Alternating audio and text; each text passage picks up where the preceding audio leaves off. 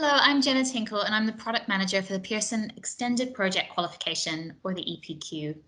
I'm Russell Winnard and I'm the Director of Programs and Services at Young Enterprise. We've teamed up to enable more learners to complete a Pearson EPQ while participating in the Young Enterprise Company Programme. The EPQ process and assessment framework are well matched to company programme, meaning students can easily gain 2 for 1, enriching their enterprise experience with a recognised qualification that is worth up to 28 UCAS points. We know that students often want to do an EPQ because they know how valuable and enjoyable the qualification is. During COVID-19 lockdown, we gave more students the opportunity to do EPQs with our new Pearson Express approach, where they could do the EPQ in a focused period of 3 to 6 months. This gave many Year 11 and Year 13 students a chance to continue learning during exam revision time, and also gave company programme students a chance to do an EPQ on their completed product. It also showed how well suited project learning is to an online remote learning environment.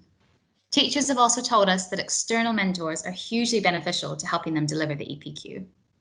And that's where you come in. Company Programme Business Advisors can help schools take up the EPQ by mentoring students so they are well supported on their projects. You'll also be able to give them real-world industry insight. You'll enrich students' experience of company programme, supporting them to evidence the skills and knowledge required within the EPQ and to succeed in the world of work. So together, we can provide more learners with the opportunity to gain a qualification that helps bridge the gap in educational experience, opportunity, and attainment. I'd also just quickly like to apologise for any quality issues that come up during this recording. We are doing this under COVID-19 restrictions, and most of us, in fact, all of us, are working from home right now. So I'd like to now hand over to Dr. John Taylor, Pearson EPQ Chief Examiner, and Rachel Steele, Pearson EPQ Principal Moderator for our Artifact Unit. Welcome to this training, which covers how to mentor a project qualification learner in a non-assessor role. The purposes of this training are as follows: to provide an overview of the project qualifications, to explore the role of a project mentor, bearing in mind the difference between a teacher assessor who is overseeing both supervision and assessment, and the role of a non-assessor who is providing support to the project process, to consider a best practice model for mentoring, exploring how mentors should provide support to the project process without being overly directive, to show how to do the Extended Project Qualification, EPQ, alongside the company programme, to provide practical guidance about meetings and safeguarding. This is an important area to consider, particularly with the expansion of online meeting opportunities, and we will explore how relevant codes of conduct should be observed. To look at case studies of the involvement of non-assessors as mentors in the project process. We will be joined at this point by Rose Aden, Chief Executive at Art History Linkup, and Nick Brown, Head of MFL and EPQ at Lincoln Castle Academy. We'll start with a brief overview of the project qualifications. There are 3 levels of project qualification.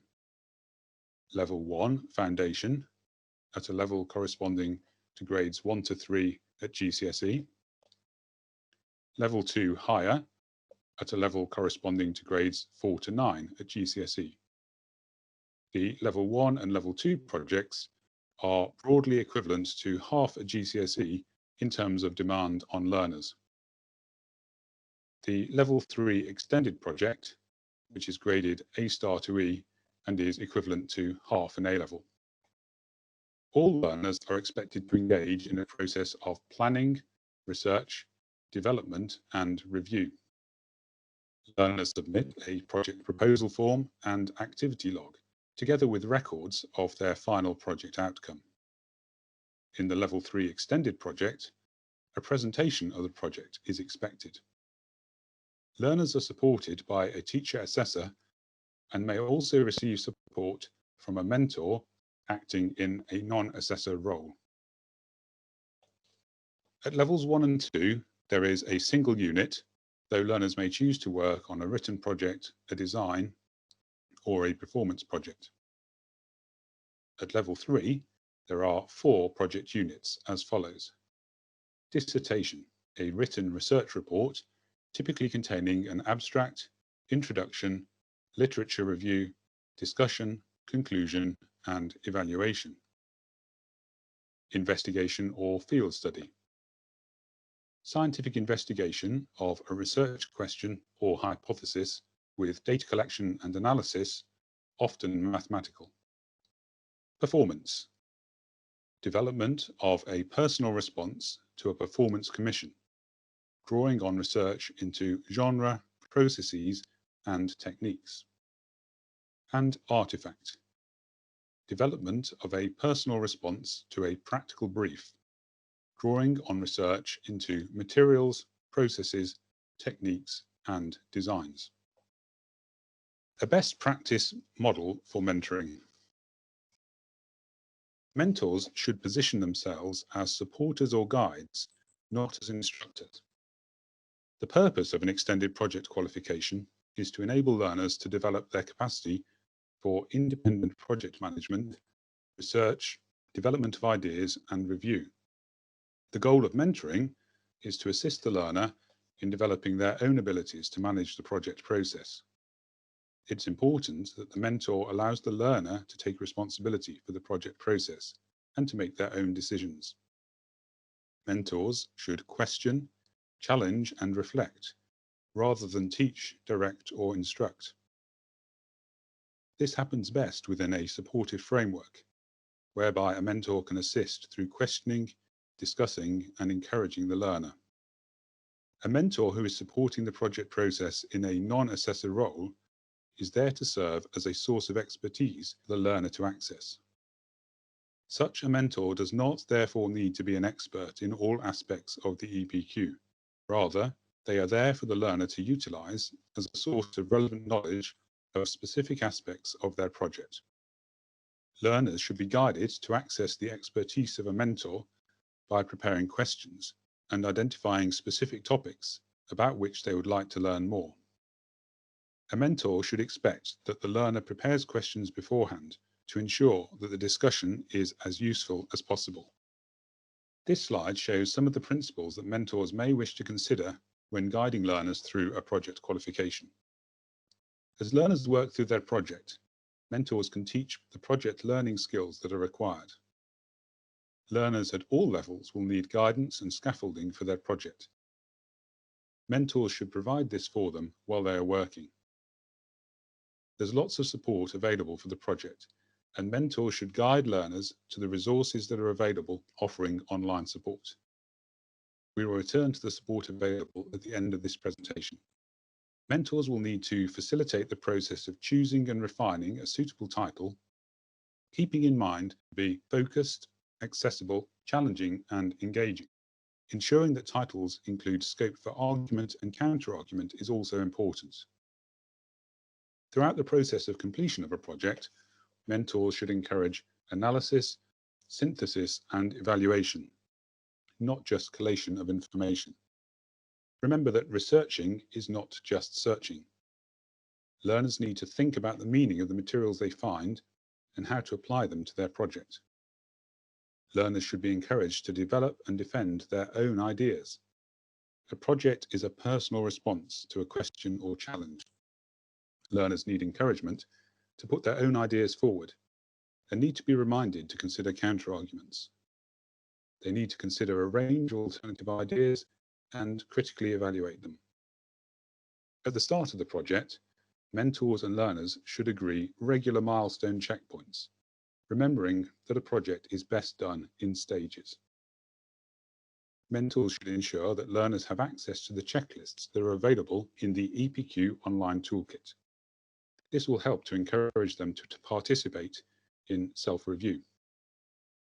And finally, always remember that asking questions is a good way to help learners take the next step, the encouragement of which is a mentor's main role.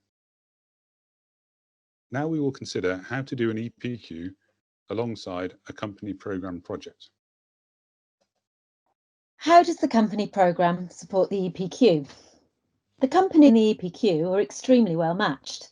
As we've seen, one way that learners can complete an EPQ is through the production of an artefact. This artefact can be a product or the design of a product. The process learners go through to achieve an artefact EPQ closely maps the stages active members of a young enterprise company will go through during their time on the programme.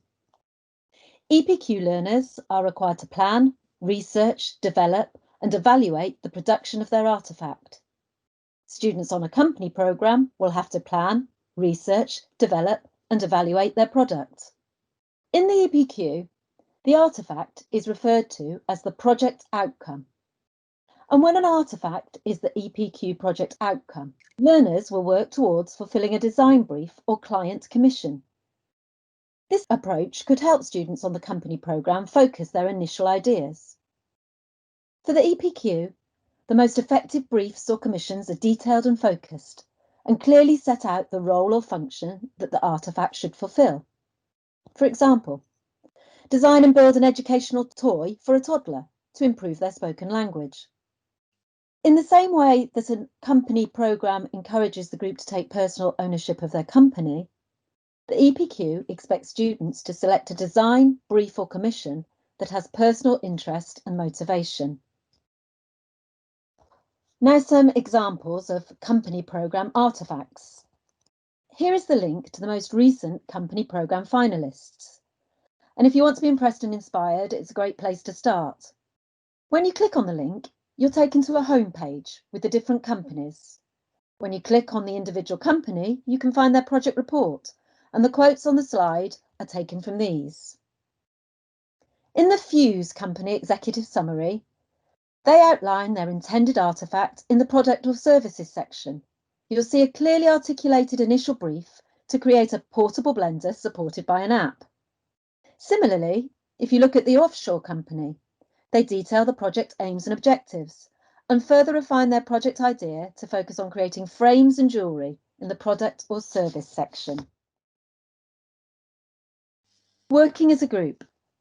Another important feature of the EPQ is that learners can choose to work as members of a group. This again matches the company programme set up very well.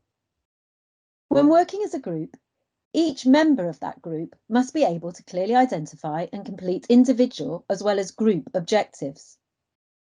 It's also important that they keep a record of their individual contribution. All members of the group will have to submit individual evidence for the EPQ rather than one joint response. The student you are mentoring should have a specific personal role in the company, for example, as the managing or marketing director. This slide describes how the Fuse Company worked as a group on their company project, and the text is again taken from the company report. As you read through it, you can see they all took clearly delineated roles, linked to specific departments or functions. Within the report, they describe how they deliberately took roles outside of their comfort zone in order to stretch and challenge themselves. This is probably a fairly common approach and worth bearing in mind as a mentor. Some more on individuals' group and company roles. Crucially, like the Fuse team, the role a learner takes within the group must be substantive enough to enable them to generate their own research. The meetings they will have with you as the mentor will be an important part of this research. You will be their research source. You may also be able to signpost them to other resources they can use in their role.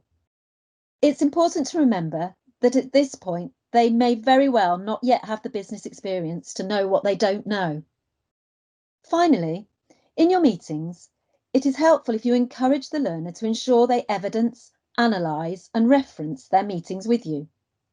Prompt them to make a record of your meeting or meetings straight away.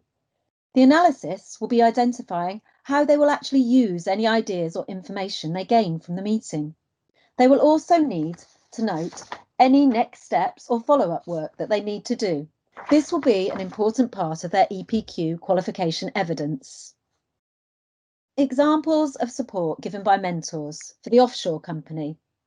The Offshore Company report details some of the support they were given. They pinpoint the value of questions that forced us into thinking further along the line, underlying the benefit of this distinct mentor role. Key questions force them to consider the specifics of the initial idea or brief for their project. Where can you take it and who will use it? Their business mentor provided a personal freakonomic strategy, which they say was the catalyst for them working with Beach Glass. It's important to remember that there's no one size fits all. These are just examples. Sharing your personal experience and expertise will undoubtedly inform and inspire your mentee. More detailed information on how the EPQ links to the company programme can be found via the first link. The document gives an overview and explores in more detail how the assessment of the EPQ links to different milestones in the company programme. Do bear in mind that the document was written to support EPQ tutors in school. They will be responsible for marking and assessing the students' work, and this will not be part of your role as a mentor. You can also listen to episode 2 of the Future Ready podcast series. This includes a conversation on the Young Enterprise Company programme and how it sets learners up for future success. A guide which provides information on all aspects of EPQ is linked at the bottom of this slide as well. Now some practical guidance around meetings and safeguarding. So some pointers based on the current context. As an ongoing response to COVID-19, you may very well not have face-to-face meetings with your mentee and meet some or all of the time in the virtual world. This is not a problem for the EPQ assessment, and the EPQ artifact guidance states that primary research, including interviews, should be undertaken in accordance with restrictions and current social distancing guidance. Interviews can be conducted virtually or by phone. The Pearson exam board guidance for social distancing, with the link on the slide, also states that sessions with learners can be done remotely via phone or video calls. Codes of conduct, the current context and codes of conduct to safeguard students. Organisations and schools have adapted their safeguarding policies and codes of conduct to include guidance on working in the new virtual world of online meetings. Make sure you're aware of Young Enterprise and the school's online code of conduct. Underpinning online codes of conduct is the need to maintain professional boundaries. In practice, this will mean only communicating through agreed channels and online platforms. Ensure that how you communicate with your mentee is agreed with the school and/or Young Enterprise. Different settings will use different platforms and be able to advise you on how to adapt your settings. Make sure that you are in a neutral space for any virtual meeting. Remove any personal or distinguishing items from your background. At all times, only use agreed professional contact details and do not use or share personal contact details. This extends to social media contact too. Keep all contact professional at all times. Here are some useful links. This slide includes links to the Young Enterprise Safeguarding Policy and Code of Conduct. There is also a link to an NSPCC document that, although aimed primarily at teachers, gives some useful and current guidance in how to keep online meetings and educational activities safe. Thank you very much, Rachel. At this point, we are going to move to discuss mentoring in a non-assessor role by considering some case studies. I'm going to be joined in a moment by Rose Aidan, Chief Executive at Art History LinkUp, and Nick Brown, Head of MFL and EPQ at Lincoln Castle Academy. So my name's Rose Aidan and I'm Chief Executive of Art History LinkUp, and we offer art history qualifications outside the school setting, including the EPQ. And all our mentoring has been done by volunteers remotely since we started several years ago with great success. So I'm really pleased to share any hints and tips we've gathered along the way with you. Hello, my name is Nick Brown and I'm Head of MFL and EPQ at Lincoln Castle Academy. We're a medium-sized comprehensive school just within the city of Lincoln. And we've been teaching EPQ for a number of years, and it's something that has grown during the COVID pandemic, but something that has gathered momentum, and we're using the opportunity to ensure as many students as possible who will benefit from EPQ are taking it. All right, so nice to meet you both. And first off, what do you think mentors who are not themselves teachers, assessors are concerned about when they agree to be mentors? Rose. I think it's mostly they feel probably a bit inadequate because they're not teachers. Actually, that's their real strength. That's what's been really, really wonderful for our students, particularly as, you know, we teach art history and it's a subject not taught in many schools, and many of our mentors are specialists from across the sector. So we had a student who was doing EPQ on Tipu's tiger at the V&A, and she had a mentor who's a curator at the V&A, you know. So, and they say that's really wonderful to have contact with people who are outside the school in the real world. But I think that's a concern for them.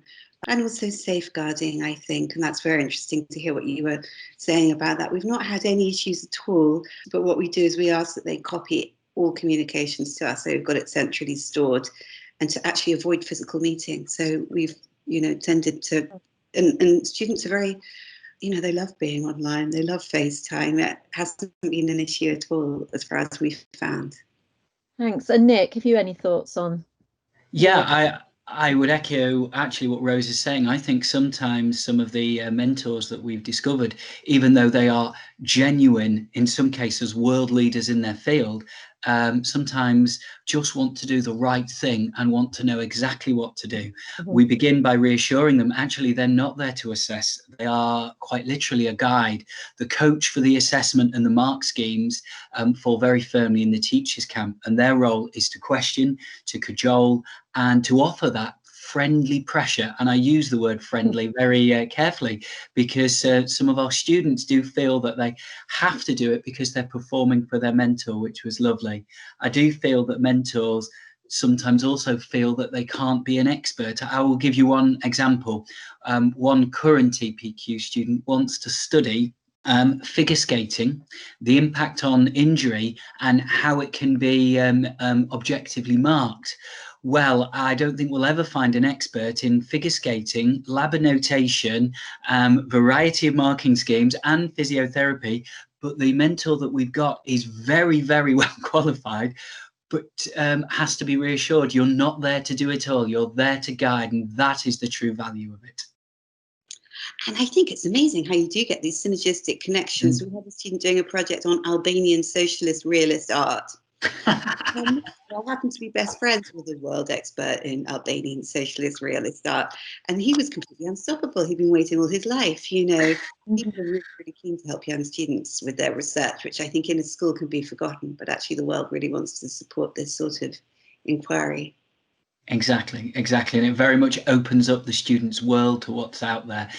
No teacher, no individual can be an expert in everything. So it's so fantastic that we can tap into the resources outside and really give the students a context and connect them to the wider world.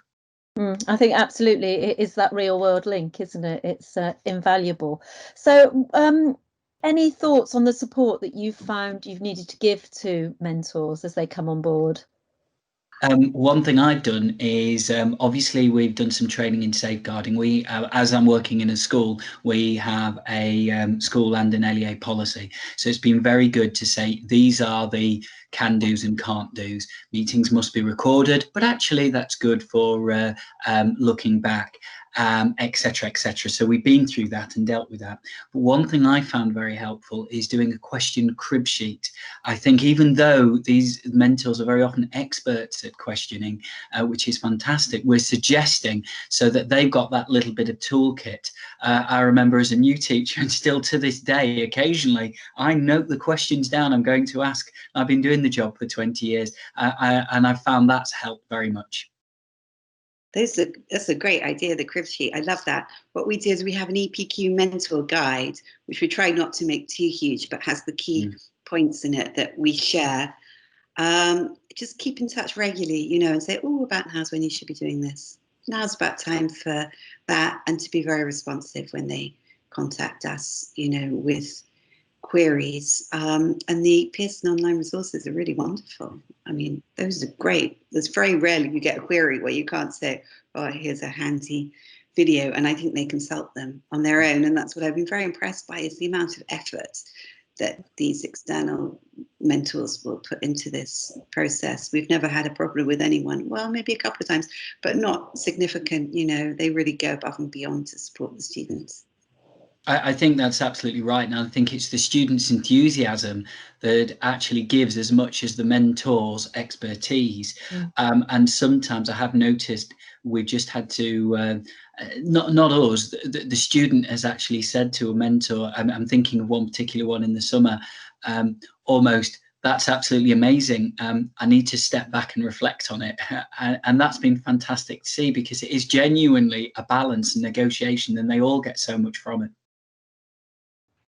So, any tips for including external mentors in an EPQ programme? I found, I mean, the obvious one in schools is safeguarding. Get parents on board, follow your school policy, work with them. Be very clear on, as John has said already, agree milestones, agree a time frame, and agree the level of commitment. Be there at the end of an email to support them. And I find the students' enthusiasm with regular check-ins can often do the rest. Rose?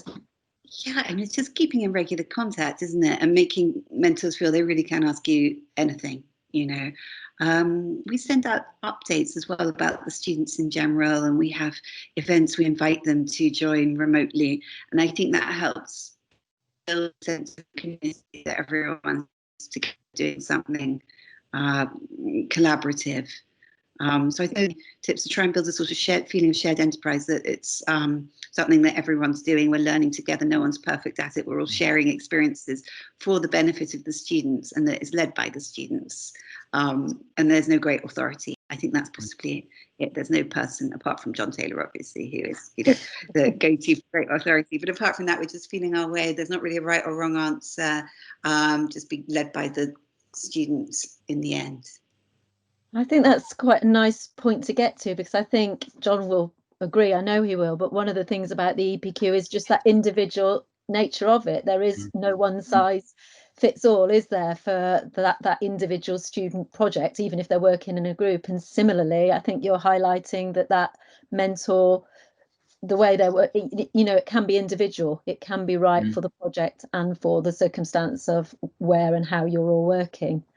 So Nick, maybe you could just give us a few words on the Inspiring the Future programme and how you've been working.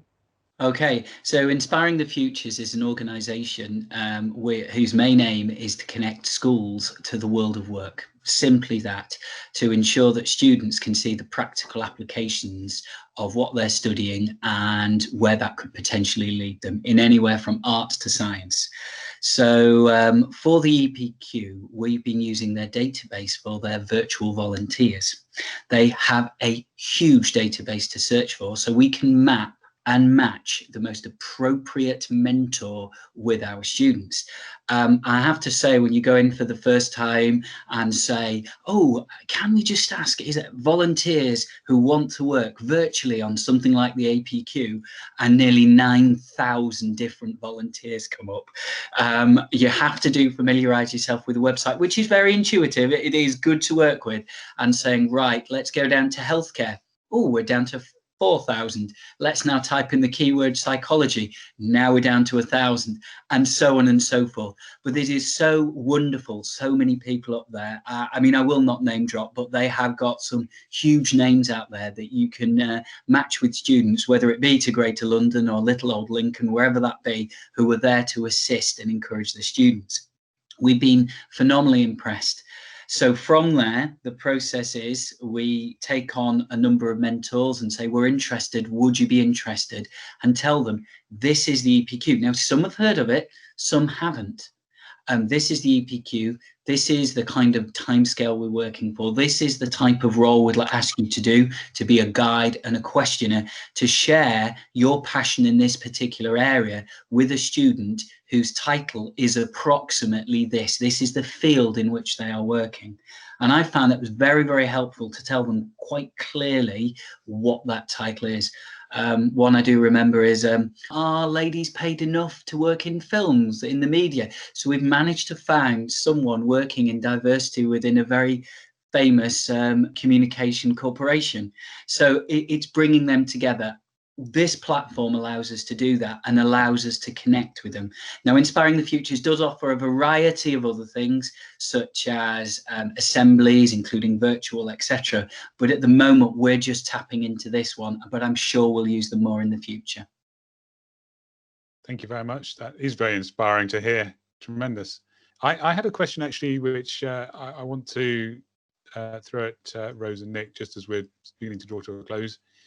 We've talked a lot about guidance for mentors, but do you have guidance that you provide to the mentees as well? In other words, how would you expect them to be prepared? It's a really good question, because it's a very new relationship for them. It's not family and it's not teachers. So I do have a bit of a chat with them about that, and about not putting, lots of kisses at the end of their email or whatever. That's an important part of the process for them, and to be very responsive and very formal, and not to waste their mentor's time. But generally, they're rather overawed by the mentor. So I try and just remind them that someone's doing this because they really want to help, and they're not expecting perfection. They're only 17, 16, So I suppose it's just sort of suggesting they treat them maybe like a sort of respected elder, but also as a collaborator, that it's a relationship of equals. They're not, the teacher or the boss or the parent. It's a new type of relationship, and they tell us that's what's super positive for them. Yeah, I agree. I did actually chat to a group not too long back, and as I'm matching them with the mentors, and one of the young gentlemen actually said, "Sir, we've discussed a professional language, a professional setup, making sure meetings are met and we fulfill wherever possible what we said we will fulfill for the next meeting. So the next Zoom meeting, should I wear a suit? Should I make sure that I'm all right?" And I think I've used the word already on this friendly pressure. I think that students say, I don't want to let this individual down. But equally, it's about exploring the issue. And if they've done a lot of thinking, but not a lot of writing, actually, sometimes in an EPQ, that's perfect. That's just what we needed. We needed that reflection time, download time, and consider next steps. I think it's that balance between that and, just as Rose has just said, that slightly more friendly, no fear environment. They can go, it doesn't matter. There is no such thing as a ridiculous question. Rose mentioned the world leader in Albanian socialist realist art. I mean, that fascinates me. I used to live in Russia. I love socialist realism. However, that language of Albanian started with the word hello, and sometimes our students are at that point, and that's okay. There is nothing wrong with asking that silly question, because there really is no such thing. Mm. And actually, interestingly, that's what our mentors really value, is having to go right back to basics, which are the really difficult questions we don't think about. So I haven't spoken to the world expert in Albanian socialist realism about this, but I bet it was super interesting for him to have someone asking him those tricky questions that, you just sort of skirt over. Certainly he was very engaged. There were a lot of emails flying around, and I'm sure that he got as much, if not more, from the experience as his mentee. So that's a very positive thing about it, which I think can be forgotten when talking about these things. It's such a positive, collaborative thing that you're doing that can really transform the life of a young person, for very little effort. Yeah, I do want to raise at this point, it is about, I've discovered, raising their aspiration. One student who's just down the road from me, his mentor was Red 4 from the Red Arrows. Now we organised that, and that is inspiring for him. He's seen these planes, obviously, and where I live, we're very lucky to see them quite regularly. But actually, that said, that's where I want to go. That's really interesting. He was studying G-force, which was just fascinating. It's as we're drawing to a close now, and can I just say how much I've learned in the last few minutes talking and listening to Rose and Nick, and thank you very much to them, to Rachel, Russell and Jenna. It's been a really interesting session, and I hope for those of you who are involved in EPQ, perhaps a little worried because you're not an expert, that lots of what you've heard this afternoon has been helpful and both reassuring. So thank you very much for listening.